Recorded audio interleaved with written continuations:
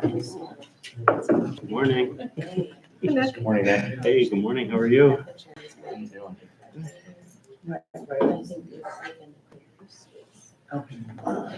Can you project?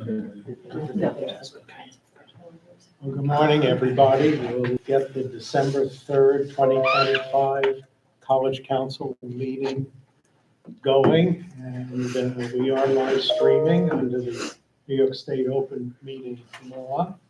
And I think we'll ask our Nick and Good morning, everyone. My name is Nick Testa. I am department chair for Applied Career and Digital Technologies. My home for the last 17 years has been in Curtis Mount Hall, so I have an office here. I teach for agricultural engineering, but I'm a department chair of a little bit bigger program.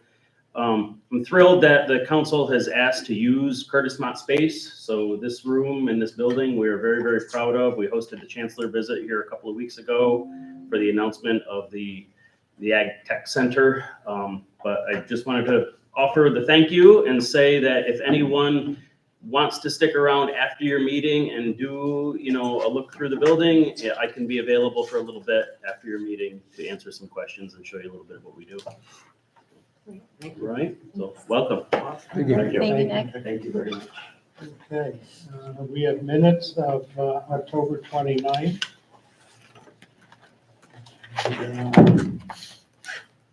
Questions, comments, changes, a motion to accept. I'd like to make a motion to accept. Okay, second, I'll second. thank you. Discussion, all in favor, aye. Aye. Opposed? Okay, we have minutes. We'll jump around a bit. And Eric, would you give your faculty governance update? Sure, yeah, absolutely. On the near horizon, we have our campus governance meeting on the 18th of December. We're going to be looking at about 5 different academic policies and voting on them. Mostly we're looking at the appeal section of these policies. So our appeals for different policies, like our grade policy, our transfer credit appeal, withdrawals, academic integrity. The appeals kind of have slight differences, so we're looking for more universality. I think this iteration of Academic Policies Committee has done a really good job of looking to make things more consistent in academic policies and a bit more effective. We're also condensing our academic integrity policy, which over the years, I think for good reason, they saw fit to add things to academic integrity. But it became like they were building additions on this policy constantly. It became a bit of a Frankenstein monster. So they condensed it, made it a bit more effective. We'll be voting on that. As to the appeal process, it basically will be, I'll give you the short version. Within 10 days, the student would have to appeal to the faculty member or the person in charge of the area if it's a transfer credit appeal. If there's no resolution, it goes to the academic dean, and there's a certain amount of time for that. Then if there's no resolution at that level, it goes to the provost, who can request an academic review board. So this is all on appeals across the board. Academic review board this time around will have one pool of people appointed, faculty and staff, throughout the year, like 6 to 8 people. And so we'll draw an academic review board from that of 3 to 5 people. So instead of having to sort of find people and ask people. So the final determination on that will be by the provost. So we're voting on that on the 18th. Academic Personnel Policies Committee, which we call APPC. We're full of acronyms. They're working on revised reappointment standards and a process for lecturers. Lecturers are slightly different from your sort of garden variety professor. So your professor, there's a tripod of expectations. There's scholarship, service, and teaching. So lecturers are more purely a teaching line. So we're looking at revised guidelines that focuses on teaching primarily and maybe a bit of service. What we've been using in the past is the same form that we use for professors, but just saying you're going to accentuate the teaching part. So as we hire more and more lecturers, we need to have a standardized process that acknowledges the slightly different role with lecturers where the teaching is emphasized and scholarship is not an expectation, and there might be a bit of service. Next semester, on the further horizon, we're going to begin our piloted institutional governance committees that you've been hearing me talk about a lot here. We're going to have institutional governance and academic governance. We've piloted most of these committees. So fiscal advisory, strategic planning, they'll remain together just for the spring. Infrastructure Committee. We're not disrupting the membership yet because we have willing members this academic year. We want to keep the current members in place, but by the fall, next fall, we want to have institutional governance nailed down and fully in line with the policies that we approved in the campus governance meeting, which is the campus-wide governance meeting that I'm on. A new committee we want to get up and running, and thank you, Anne and Anya, for this. Student well-being and engagement is going to be a committee that we will start in the fall. We haven't, and in the spring we haven't piloted yet. I think it's very timely that we have it. We have a lot of entities, a lot of bodies in place for students of concern. This one, correct me if I'm wrong, Anne, is more of an administrative level. Yes. You know, more of a high view thing. So it's not really redundant, and I don't think that we can have enough eyes on students of concern. So that was a suggestion that came from cabinet and the president. I think it's a really good idea. So that committee will be part of institutional governance. And my governance will remain the same. It's going to be academic policies, curriculum committee, academic personnel policies committee, and professional development will remain on the academic side. So tomorrow, the president and provost will be at the executive committee, which is my meeting that I run. It's me, presiding officer, plus the heads of committees, the heads of our governance committees, plus a few other people who aren't heads of committees but are important, student judiciary, and the Gen Ed coordinator. In the professional development committee, we, like everywhere else, we have a bit less money, but we've been awarding faculty stuff for professional development. And honestly, when we had a full, robust pot, we weren't exactly going through that. So we do have a good pool of money to go through, and we are regularly awarding faculty money to do professional development, travel, conferences, training, things like that. Curriculum committee is still grinding away. I always call them sort of an academic mill. It's a constant flow of new course proposals, course revisions, program revisions, minor revisions, certificate revisions, new minors, et cetera, et cetera, et cetera. So all that paperwork flows through them. So they're kept pretty busy. It tends to heat up this time of the year, and in the spring, really, we'll see a lot more through them. So that's my report. Any questions about any of that? Any of the, especially like the appeals processes, if I'm not familiar with them, but if there's something significant that you think we should know once it's been edited or revised, could we see that? Sure, of course. Yeah. You know, I think especially when a student is challenging something, it would be good to know sort of what the process is. Yeah, I gave you the sort of thumbnail view of it, but I'm happy to give you more detail. Yeah. Again, it's 10 days. For example, grade appeal, 10 days would have to go to the faculty member. If there's no resolution there, then it goes to the dean. Like, no resolution there. So lots of vetting, lots of checks and Right. balances. Then it goes to the provost. Right. The provost convenes the academic review panel. Jump in anytime you want to document it. And then, but that academic review panel will be a set pool of faculty, whereas in the past, we would have to tap 3 faculty. So it'll be 6 to 8 people that we can draw like 3 to 5 from for Okay. each appeal. So Right. Yeah. I think there's a lot of, honestly, like, I'm the first person to say when there's inconsistencies. Yeah. But I think it's a lot of checks and balances and a lot of opportunities, and it gets me in shape, and that's the whole point of it. But also to make it consistent with, transfer credit appeal, withdrawal appeal, grade appeal, make sure all these things have consistent appeal processes rather than just being a little bit all over the place. Correct. Okay. So. Thanks. All right. So Eric, I have just a, That's the- go ahead. With college, I'm K-12, is that it? We don't appeal. No, I get it. The grade is, the grade Yeah, is. you don't for, there's a lot of start Really good changes for people reason. that go to college, You yeah. got academic, freedom to do. So is that a normal college process? Yeah, and I think, I would say I've been at this college for 25 years, 27 years total in higher education teaching. I'd say over the past 5 years, that's increased a lot. I think it's good that, yeah, so students advocate for themselves. Sometimes they're in the right, sometimes they're not, sometimes it's a gray area, and I think we have a process that sort of shakes that out, which is very fair, so.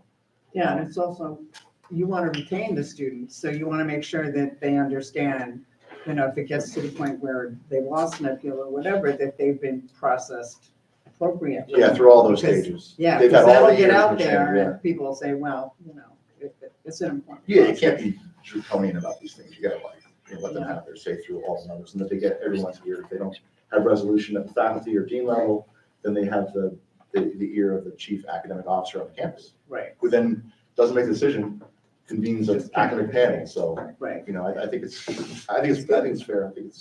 I've seen our policies improve a lot, especially in the last couple of years. So Eric, this is just a correction to one of the statements you made regarding professional development funds. You mentioned faculty.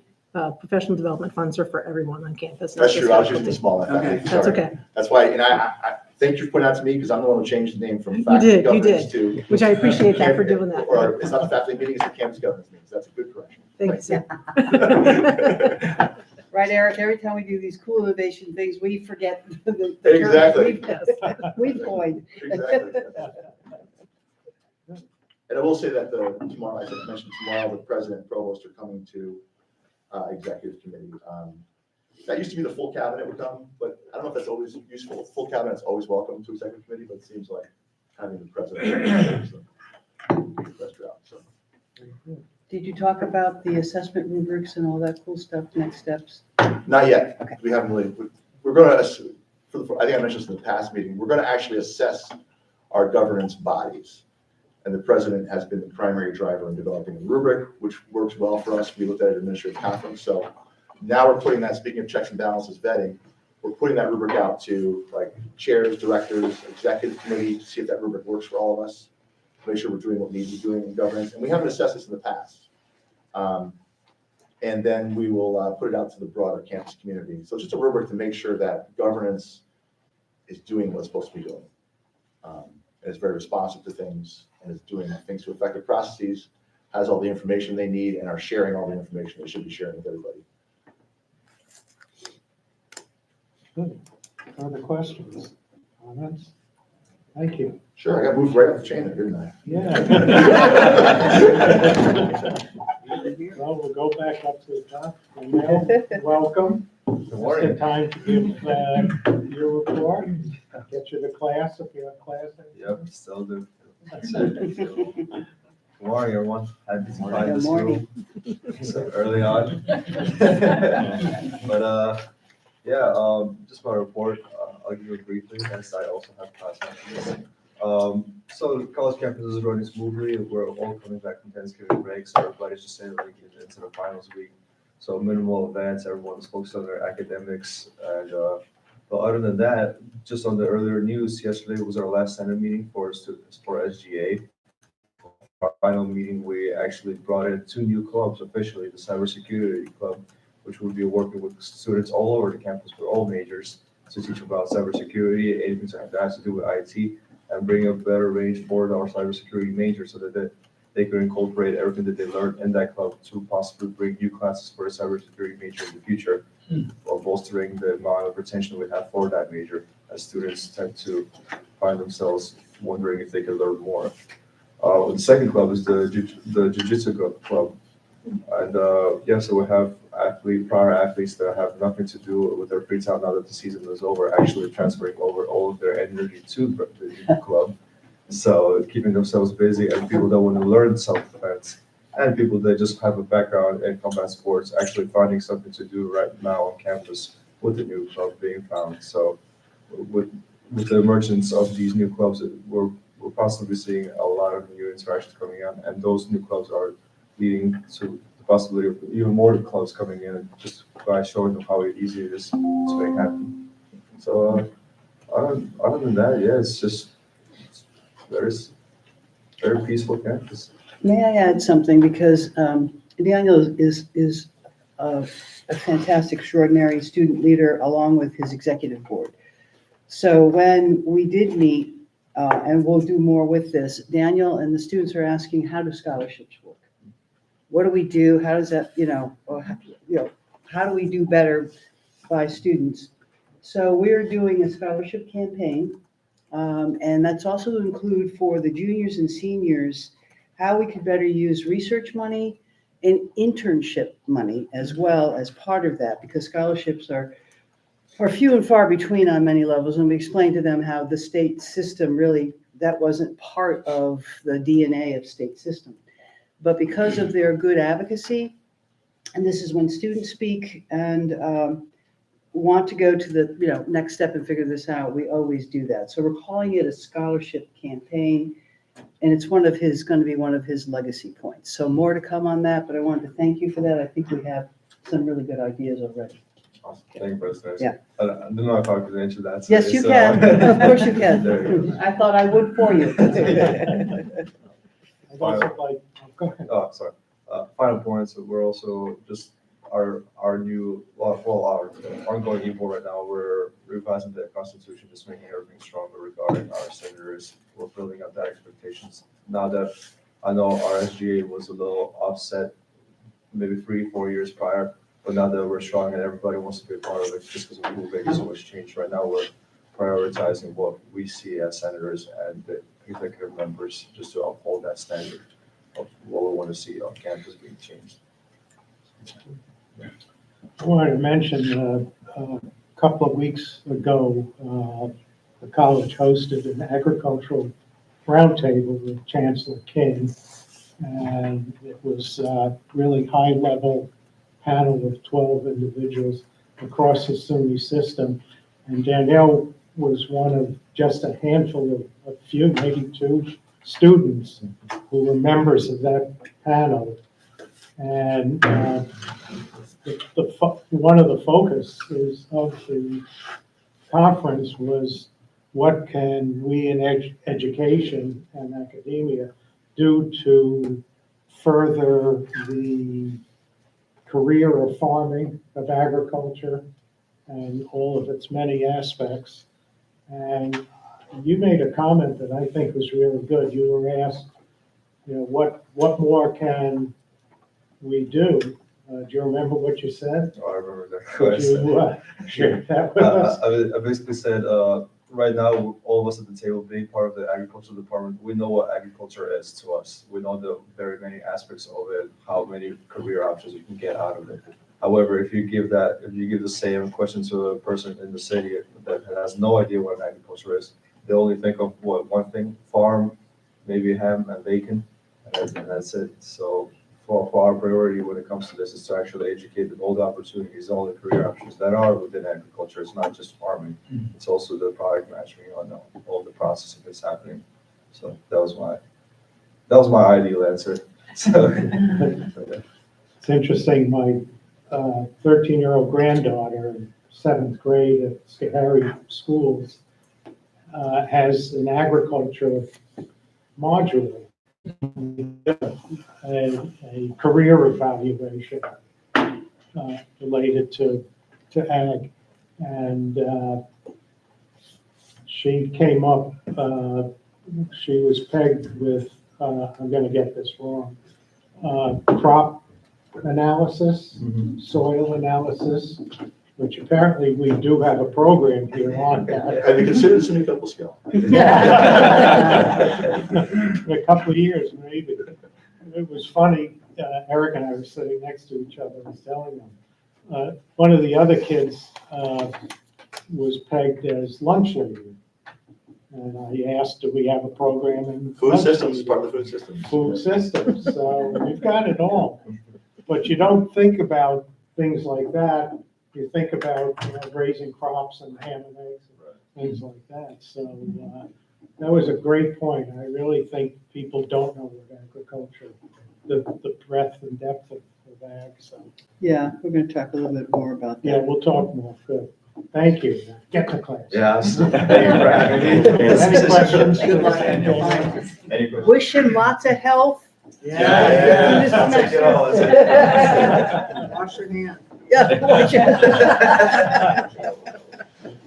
Thank you for having me. Take care, David. Thank you. Welcome, Dr. Terenzi. Yeah, sorry I'm late. No, that's okay. We jumped around a I bit. see that. We're up to you. Thank you. The reason I was late is the governor has put out a competition for the 10 REDCs, right? And as you know, I'm the co-chair of the Mohawk Valley. It's a $50 million project proposal. So we just did the dress rehearsal because we'll be pitching it to the governor's team on Monday. So that's why they're still meeting, but I said I have to go. But I think you'll be very proud, and I hope we win. So that's where I was for the good of the county, actually the region. So it's nice to see everybody.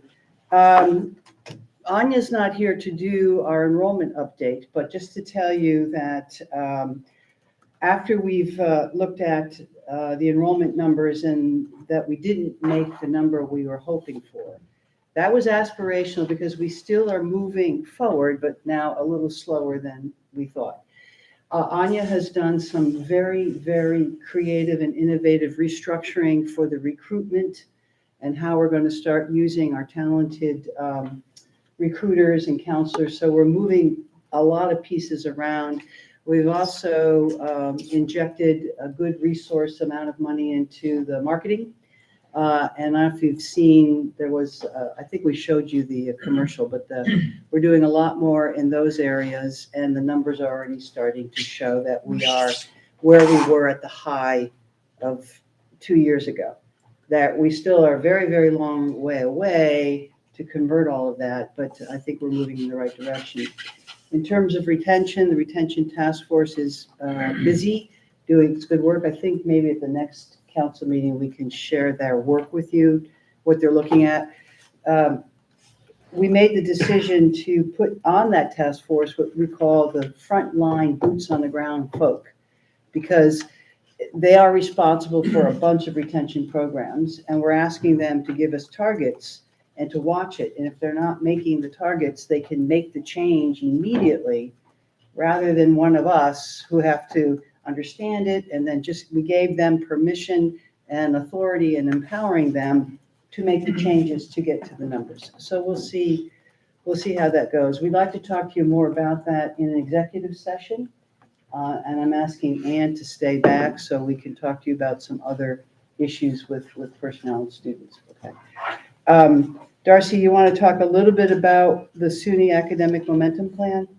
Sure. We are working on an academic momentum plan, which all campuses of SUNY have been provided with targets for retention, for students completing their first year courses, for them completing a certain number of credits. We actually are being highlighted because our math scores, our completion of math is a bit higher than a lot of the other SUNYs.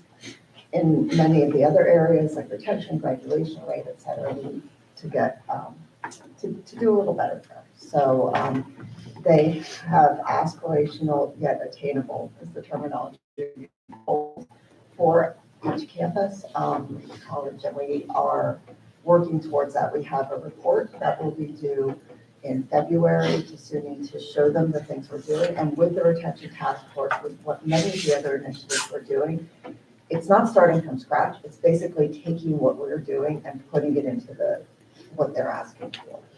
We have a meeting on Monday with the team that is working on this. We have 3 faculty members.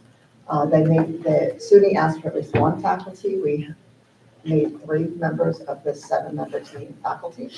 So Eric will be going, and 2 other faculty members, myself and Ann, and we are going to address some of the goals within this plan on Monday at a regional summit that SUNY is running. So we're making good progress already on that. Yeah. Much of the work the retention task force is doing will feed into that report and that plan. So thank you. Good things. And speaking of Ann too, I wanted to mention Friday, SUNY is hosting the Service Corps Summit. So all students from across the system are going to be going to a summit, and our wellness staff have been asked to do a session, and I've been asked to introduce them. That's the night that the governor will also be speaking, and Ann will be there. So the Wellness Center will be highlighted. But I'd also, Ann, if you can give a couple updates on some student engagement and wellness numbers for the council, that would be great. Sure. So for the Wellness Center, to date, their appointments, so this is both medical and counseling combined, are up 25% compared to this time last year. Campus engagement remains off the charts, as we say. Unique attendees, just under 1,600. Organizations that held events, 64, which is up 12 from last year. And the total events, 1,629, which is up 300 from last year. And I was reminded we still have 2 weeks to go. Food pantry, we've had 400 visits, 204 of those are unique users. Just under 2,000 items have been taken. I just find this kind of interesting, 1,337 pounds of food have been ordered, so they keep track of all these things. Let's see here. Housing insecurity, Leanne in particular worked with about 19 students. And a single number is a little deceiving because it's just not 19. It's 19 plus all the touches with each of those people. It's pretty intense. Mhm. And what do we do with the students over break? In the past, sometimes we've housed them, correct? yes, we do. Okay. So alumni commons, so that's a lot of reason why many students try to stay in alumni commons because they can stay there during all breaks. And winter break is the one break we do consolidate people for safety's sake, and that's going to be in Fake Hall. Thank you. So yes, Eric alluded to the press conference we had, or the roundtable for the announcement of the SUNY Agritech Center. That is a SUNY Cobleskill proposal. We built that proposal and we just gave it to the chancellor. So just to let you know, we're not touting it like that, broadly, but we're very pleased because it's taken us years, at least 8 years, to say to SUNY, wake up. So we were very pleased that this chancellor understood it. And it's a little nebulous in terms of where he wants to go next. However, the fact it was here, the fact that we could highlight the students and we were kind of in control of it, we will have a prominent space in that. I did think it was highly successful. And Gus and I have a conversation, is it next week? Monday with Chris White, who is going to be the lead for SUNY in all of this. So first steps is to do this inventory that we suggested of all programs that are related to agriculture, so we can get a sense. And then our proposal is what we can do next steps in terms of how to connect and where we can do a broad reach for all things agriculture. This ties beautifully into the Blue Ribbon committee I'm on. It's called the Blue Ribbon Panel for Agriculture Education. And I chair the workforce subgroup of that for the state. So all of this will start connecting with Kobe right in the middle and moving forward. So we are arriving, and we're very excited about that. And this Achieve proposal to which I referred, about, I would say, half of the proposals in that 50 million are agriculture related, with about half of that coming from Cobleskill. So more to come. So, I always say it seems to be the tale of two cities. We're working on our enrollment and taking care of our students who have so many health issues as we are marching towards leaning into our distinction. Anything else about that? Okay. Any questions on anything thus far before I turn it over to Laura? So, budget update. There's really not much new from the last time that we met. Our enrollment numbers, they are what they are. The week 3 census was 1824. We've lost some students since then due to various things. We find my notes. There he is. I did an analysis on our 120-day pause compared to the 90-day pause, and it is giving us a significant frictional savings. So I've now tracked approximately 10 positions since July 1, and we're right around $300,000 in savings. This is a new number President Terenzio hasn't gotten to see. I thought it was 50. Well, in total. Yeah, totally. The actual frictional savings is right around $300,000 now, because I added to it yesterday. Thank you. That said, we must still do a mid-year cut, which President Terenzio and Betsy Miller and I are working on. We're reviewing all funds, and we are going to have to pull allocation, which is everyone's approval to spend. We're not going to do a blanket pull of 5% from everyone. It's going to be 3% here, 4% here, because we have to look at what your actual expenditures are and what we anticipate still. And that will be across the board, so everyone's going to feel that a little bit. We did receive some good news right before Thanksgiving, and I'm taking full credit for this one. Back during COVID, we were required to track all expenditures, and we had to go through an arduous process of pulling all the receipts and the vouchers and the purchase orders and the requisitions and all the contracts, scan everything, upload everything into the state portal, and then back and forth literally for years now with the consultants that were working on that, with me, with System. And we received right before Thanksgiving, the reimbursement of COVID from FEMA, $550,000. It is pure cash. It is not for us to go out and spend because we have this deficit. You're imagine the not number? spending it. The number of receipts she had of 550, that was right before Thanksgiving, I'm like, Wow. And the best part is, I never expected to see money because we keep seeing, Yeah. well, FEMA's out of money and they're not going to do this, they're not going to do that, and the federal government shut down. I never expected to see money. And even if we did, I only expected maybe a couple 100,000. And then $500,000 came in. I'm like, yes. good job. So very happy about that. But we can't spend it. Admire it from We'll afar. admire it. We'll look at it going, oh, that's very pretty. We'll pet it. Save it for the next You got it. That was pretty much it. Really, nothing's changed right now. Again, thank you for the lesson we all had with dinner. It was very informative. The other piece I wanted to add too, because Laura's helping to streamline and make sure that our grant process still works well. And Thursday, there will be a press conference here with NYPA, the Power Authority, to announce the major project for agrivoltaics.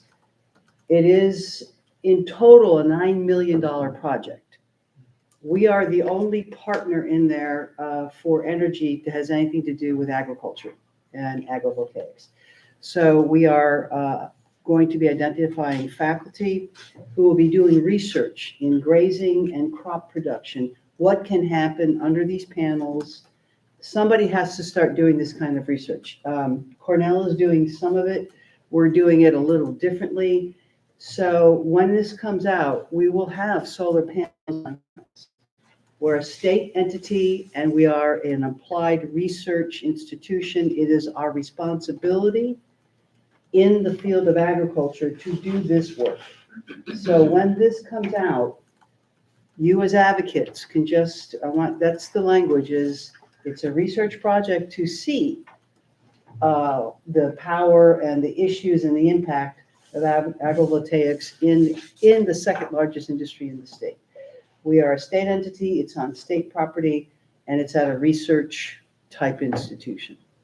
So, and I believe, what was the wattage that we may save? Do you remember, Scott? It's about half our electric bill, but I don't remember the exact. The array itself, I think, is 1.5 megawatt, somewhere around there. Right, so this is a huge, at least over 10 years, we think could be significant savings to the campus as well. Gus, anything else you want to add in terms of who's coming? Construction won't start until 2027. As far as attendees, we're waiting to hear back from NYPA, hopefully today, on who they've invited as far as elected officials. But it'll be one of many, so I'm sure after construction starts, we'll have another event that we would invite you all to out in the field. So You can see the pattern, right? We're in the news a lot. I was Is that gonna tomorrow? ask, Sorry. will we have a press release or? Oh, it's all ready to go. yes, that's going to come from the governor's office. To come from Governor NYPA and will be prominent in there. Tomorrow, Thursday, or next Thursday? Solar panels are not easy to hide, so No, not this array. we should be upfront and out. It's gonna be actually over here by the fields over here. So they're on that side of campus. Eric, did you have a question? I got it answered. Okay. I was wondering which Thursday, tomorrow or the next one. Tomorrow. Oh, and Saturday is the parade, so make sure you all come and see all of the Ag Ed students with their tractors. 10 clubs so far. 10. Wow. It's great. They each get their own float. Yeah, Wow. and then, what, 3 tractors?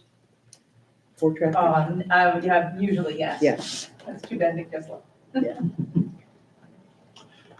Any feedback to Laura on what I thought was a great tutorial on budget? Very, very educational. We don't One of mind. those. Yeah, we don't mind. We can do that as often as you all need. Buckets. Those All the buckets, right? A lot of them are leaking right now. Trying to plug them. Yes, just a few updates. First and foremost, we welcome the new Unity Center Director, Anthony Tesoro, to our fold. Anthony will be providing leadership primarily the day-to-day operations for the Unity Center, multicultural educational offerings for the campus, and providing leadership for our Greek Life program. We're really, really excited. I just want to send a shout out to his predecessor, DeAndre Miller, who laid some great groundwork. But we're really, really excited to have Anthony take the lead, and very, very excited about his ideas and his creativity. And so it's the Unity Center will definitely grow and be really a beacon on the campus. So we're really, really excited about the future as far as the Unity Center is concerned. Our students, first semester students that took FFCS, we provided a diversity, equity, inclusion, and sense of belonging course on Brightspace. And I'm happy to report it was well received. When they were posed the question, which of our values resonates with them the most, overwhelmingly, they chose respect, with inclusivity second. The Universal Design for Learning Task Force, we are working on professional development series for January. And, we're really, really excited to, of course, one of the primary goals for the task force is to really heighten the awareness. And so we'll start there with the professional development opportunities. We are planning our MLK Day celebration. So we started planning that for January 19th. We are developing a DEI-SJ course credit bearing for fall 2026. And so we're really, really excited about that. And on a personal note, Eric, I come from an agricultural background. My grandfather was a farmer, and my mother grew up on a farm, and I am so proud to be, have that lineage, absolutely. That's it, thank you. Thank you. Questions, comments, everyone? Thank you, great report. So a few updates, not to be confused with the big agrivoltaics NIPA program, but we're also participating in a SUNY NIPA grant proposal that SUNY made, which should bring about $300,000 a year for 2 years to the campus. And it's kind of an extension of the Green Workforce Development SUNY grant we received last year, focused on EV and green technologies being utilized in the workforce with micro-credentials, small kind of educational programs. From an entrepreneurial program perspective, we are still putting together our new value-added product cohort. We're recruiting for businesses for that. I think we're at 10. We'd like to be somewhere around 20. This month, we're doing our wrap-up for the cohort we ran this year. And they're going to have produced about 45 products in the year. And we've had 16 participants, 16 businesses, and most of them were from our county They had a couple outside the county, but the majority of them were from Schoharie County. So that impact continues to go really, really well.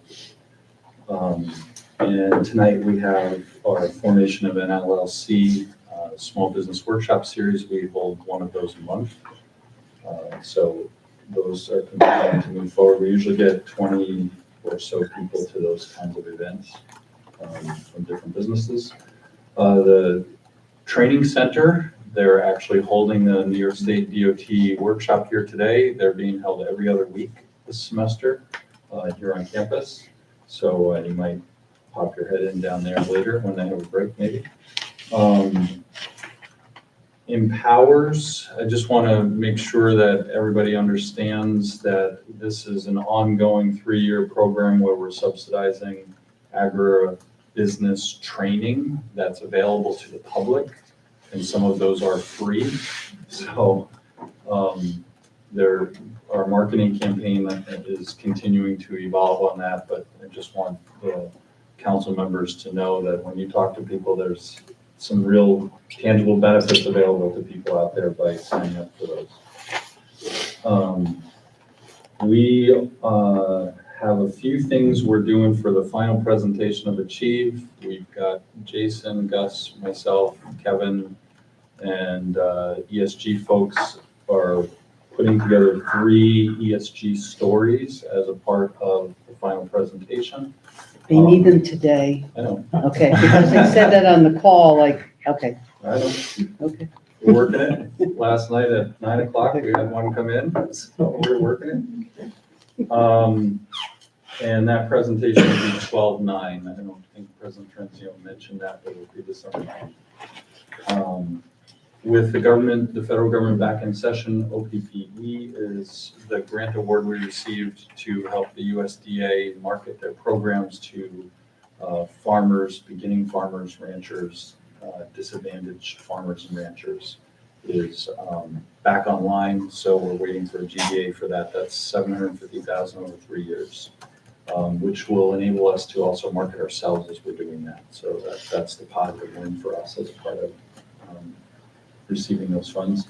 And then last, we also are planning a professional development session where we will be doing ice cream and new milk tasting.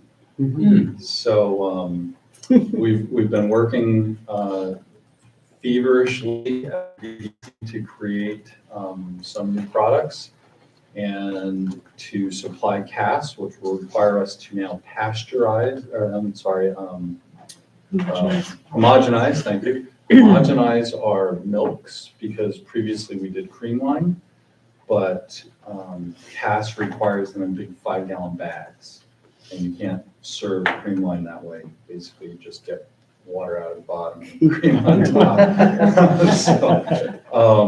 Tastes good. So we are going to be homogenizing the products, which means we have to reinvent all of our milk flavor. Because you now have a totally different process that you're going through. So we will be doing a campus tasting of 5 ice cream flavors and regular and chocolate milk for the campus. So hopefully that will draw, we have it on the calendar for the 15th, if I remember correctly. Is it on my calendar? So we hope to really draw the campus into that event. And then the next week, we are going to do pop-up stations and do taste testing for students because they'll be back to campus. So that's our plan.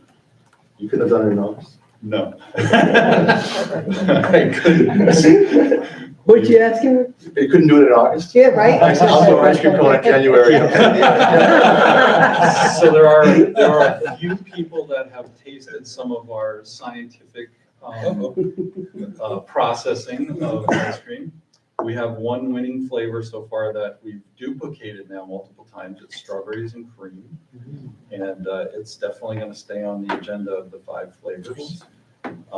We haven't quite honed our vanilla yet and our chocolate yet. And we're trying to design some unique flavors to round out the first few flavors. we have, so. This is part, I'm sorry, you want to ask a question? Yeah, do we do anything with non-dairy milk products or lactose? No. We just bought some oat milk eggnog. Mhm. Because most of my family is Lactose lactose intolerant. intolerant, and they branched out. It seems to be a growing.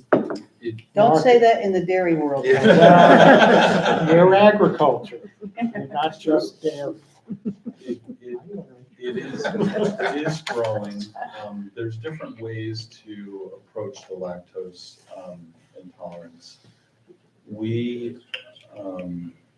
I'm forgetting what these are called now, but they're proteins. Yes. There's different proteins, and I don't remember what the two are. Mhm. But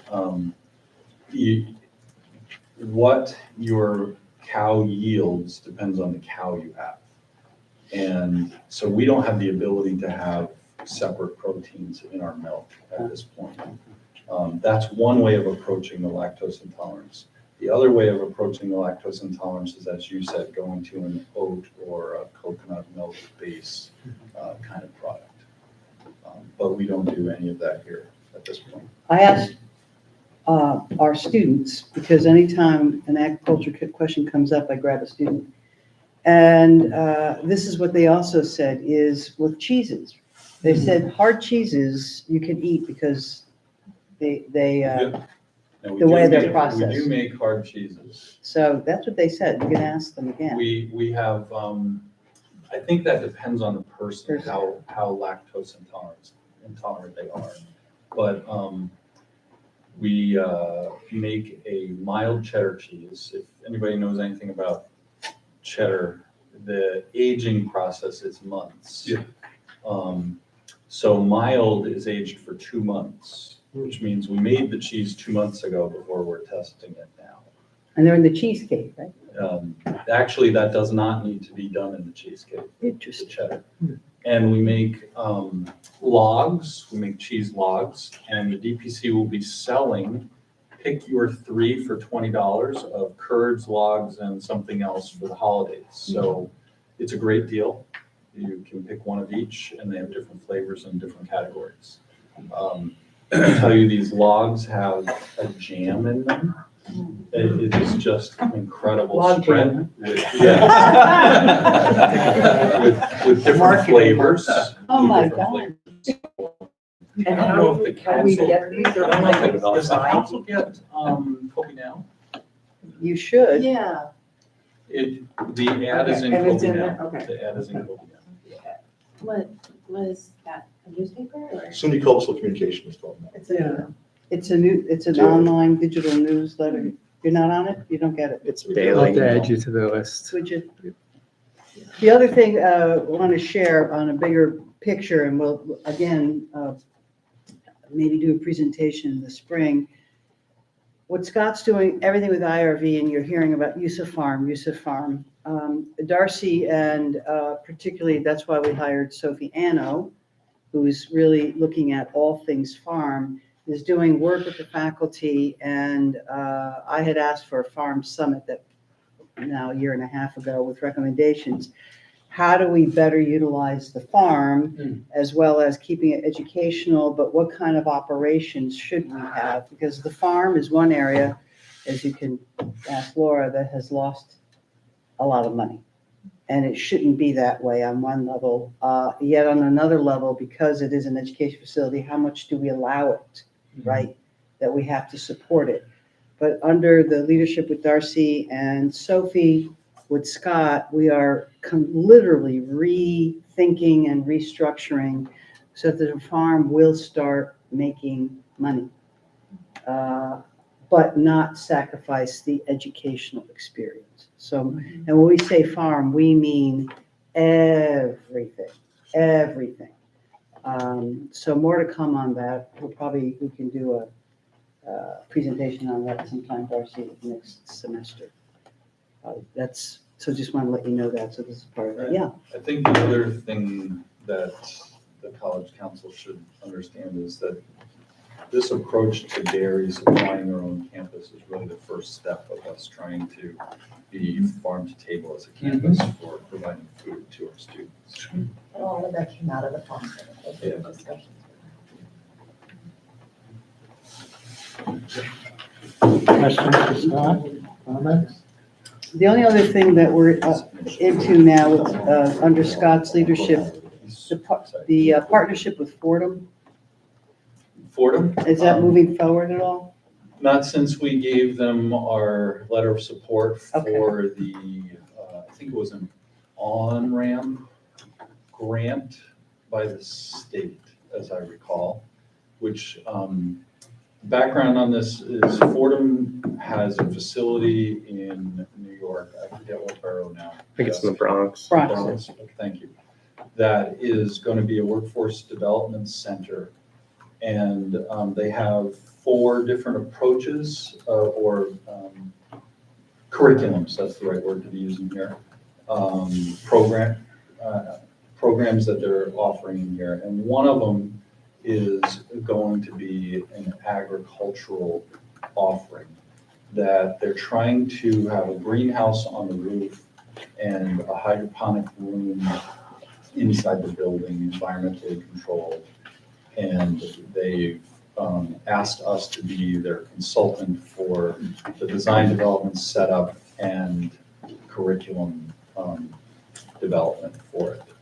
And we did provide them a letter of commitment that we would provide that work with them. But we haven't heard anything back on it. Concludes my report. Okay, thank you. John?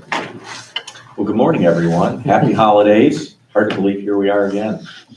I just wanted to start with, reflecting back on when I joined Cobleskill, it was very interesting to me as to how personal this campus is.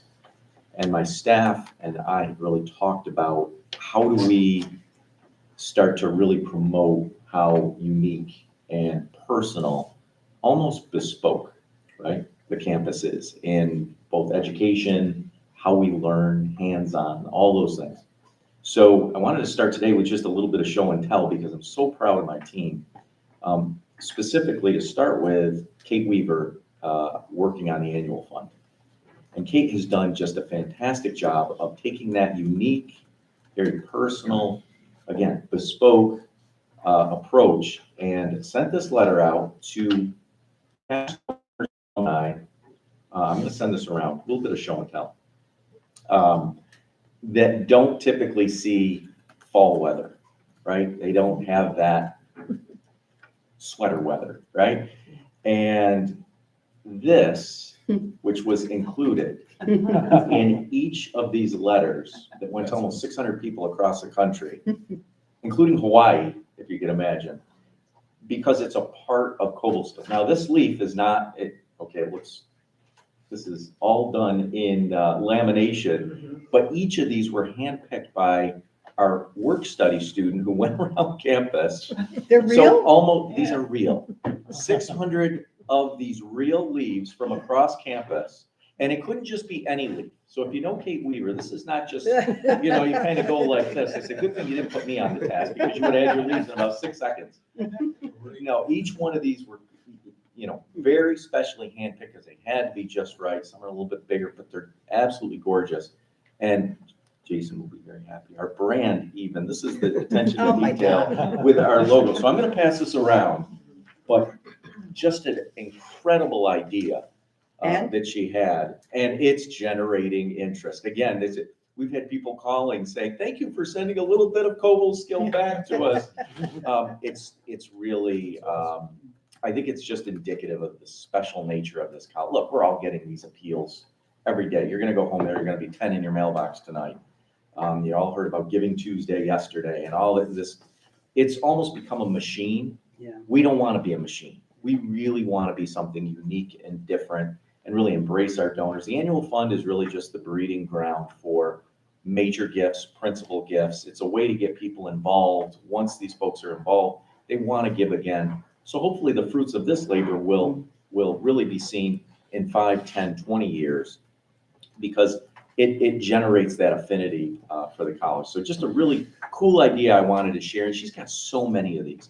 So we're writing handwritten notes to folks that haven't yet given, that have given in the past, but maybe not this year or last year, but they've given in the past.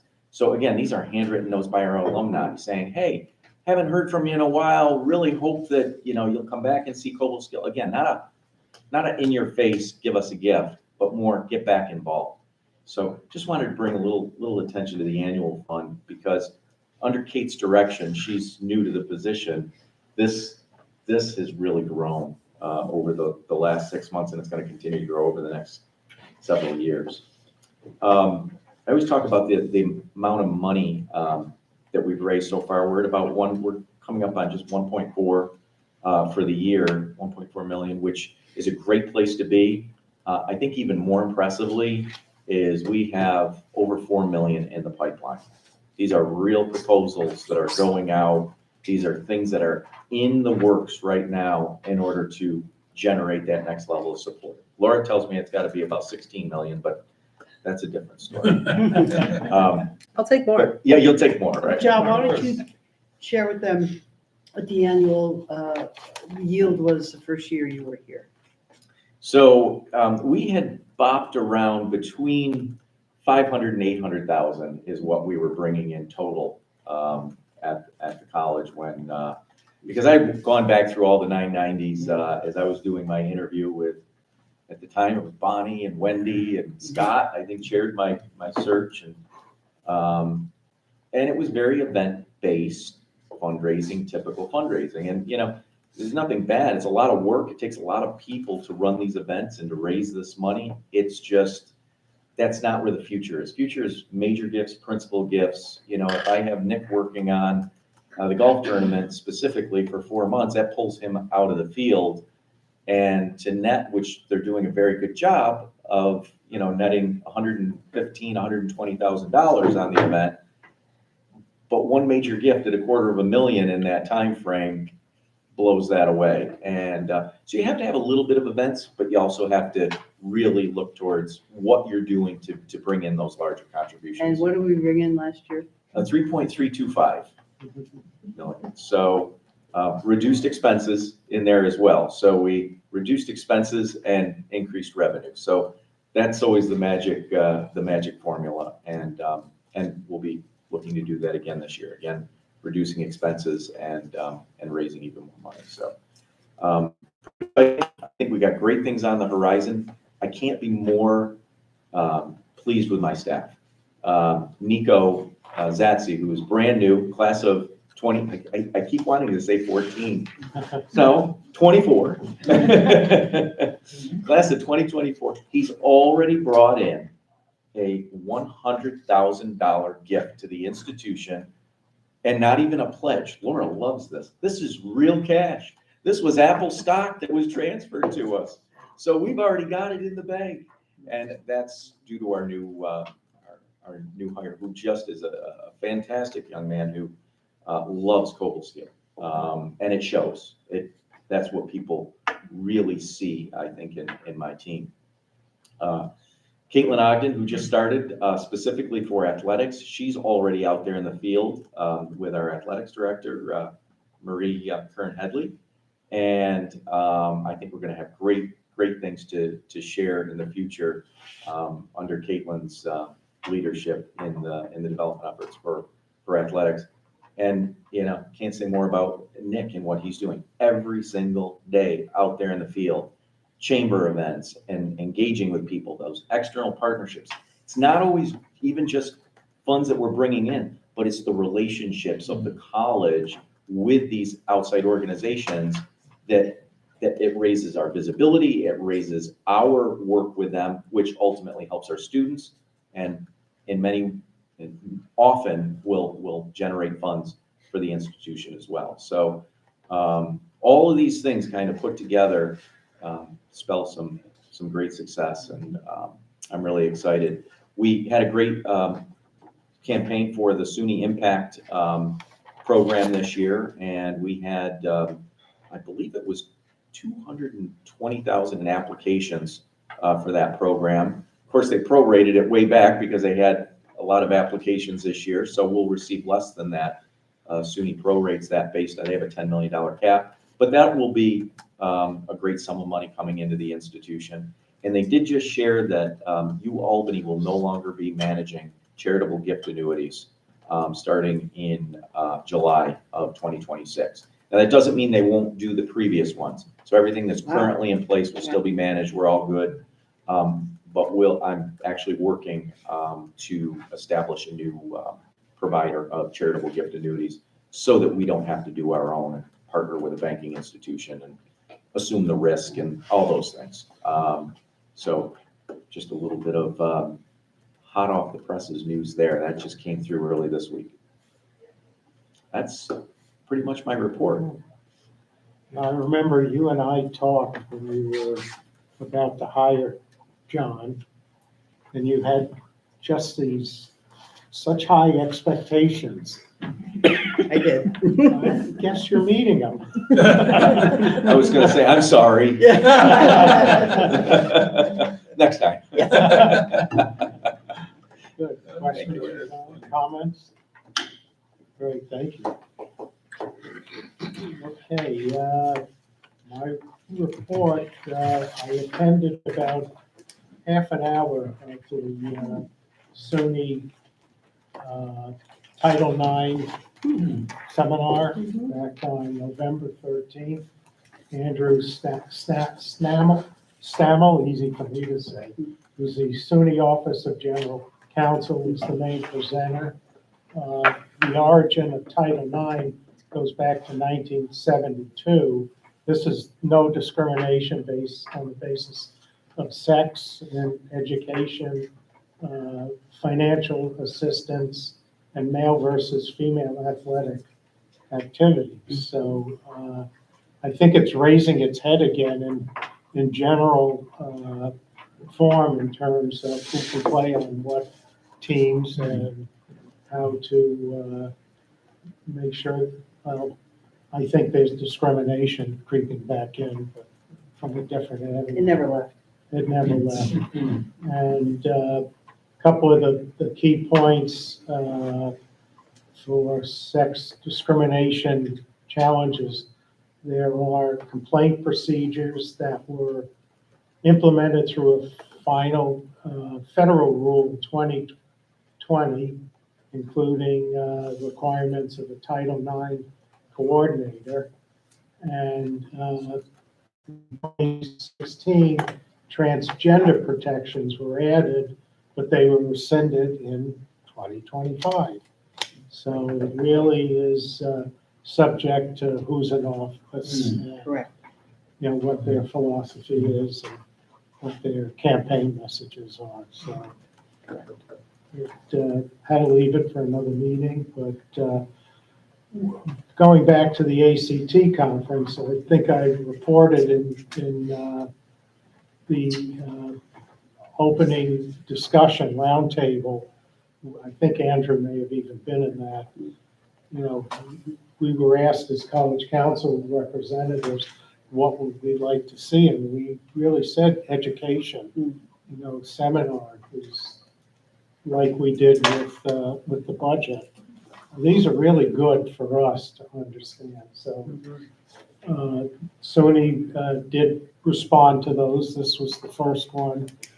As these roll out or available, I really urge you to, you know, take advantage of them. There's Zoom meetings, you know, so they don't, you know, have to travel. They're about an hour long, and they're good. Help us do a better job.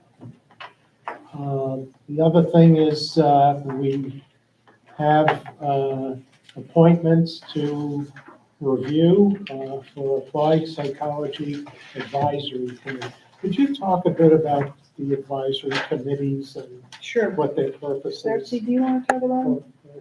Sure. So the advisory committees work with our academic programs to look at where they can update their curriculum and how we can help our students to really prepare for the industry. So these are experts people who work in the field that can really give feedback and then also help to make connections for students, for internships, for jobs, et cetera. But they really work with our faculty to help guide curriculum to make sure that it's relevant for the field and changes that are happening and make sure we're aware of those changes so that we can make the year updates.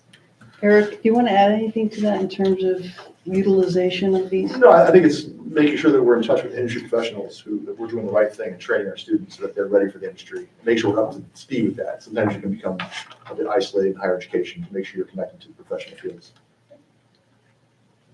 So the department has brought this one forward for applied psychology. That's one of our few actual jobs Yeah. to appoint people to these committees.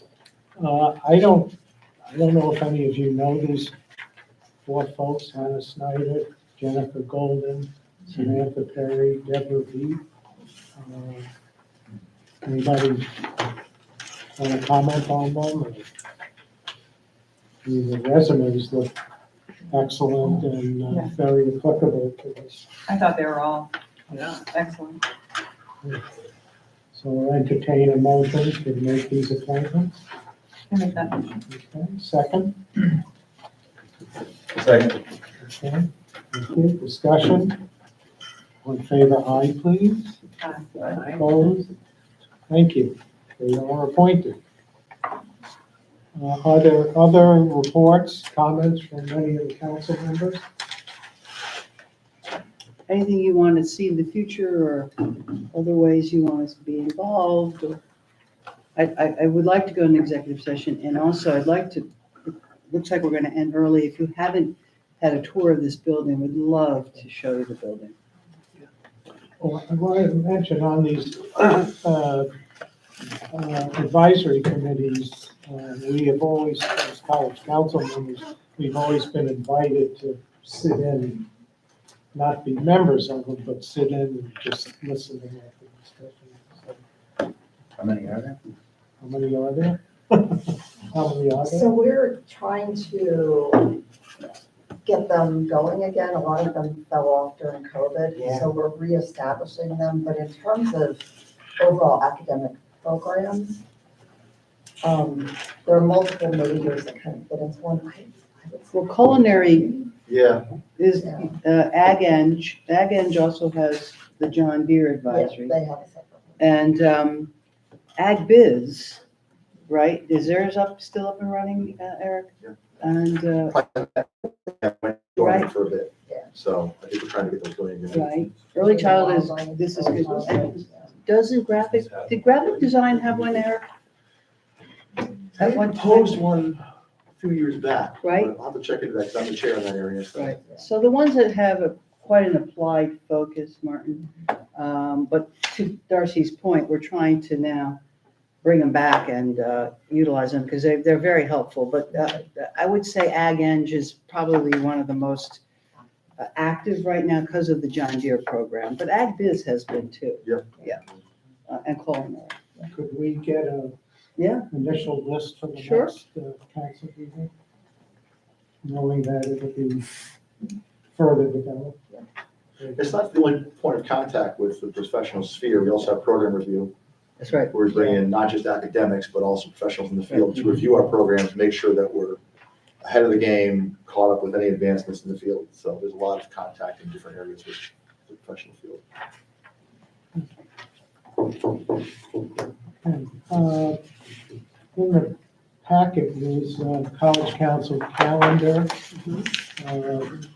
Some of these things may not be familiar, the holiday breakfast, convocation. What involvement, if any, would you like? You're more than council welcome members? to. Prior to COVID, the college council members went to, not all of you, but you always showed up at various events. And so we want to get back to that. So none of this is a command performance by any means, except for the meeting. But we have, on December 18th, we have the holiday breakfast. We used to do this later in the afternoon, but the facility staff in particular could not make it so this is a breakfast for the entire community, and the cabinet will be serving it. You're more than welcome to come to that. The convocation in January is just the opening of the semester and just giving updates on what will be expected and where we've come from, if you will. So we want to do this more often for you, just so you know what's happening, and you're more than welcome. Again, it's not a command performance. I've been to a couple of the convocations. They're good. It really is a more version of a pep rally. Very dynamic, absolutely. It was a good- I like that. A good one. I like Okay, any other business before we go into executive session? Motion to go into executive session, please. Second. Discussion, okay, we're moving into executive session. Happy holidays to our medical and faculty and staff.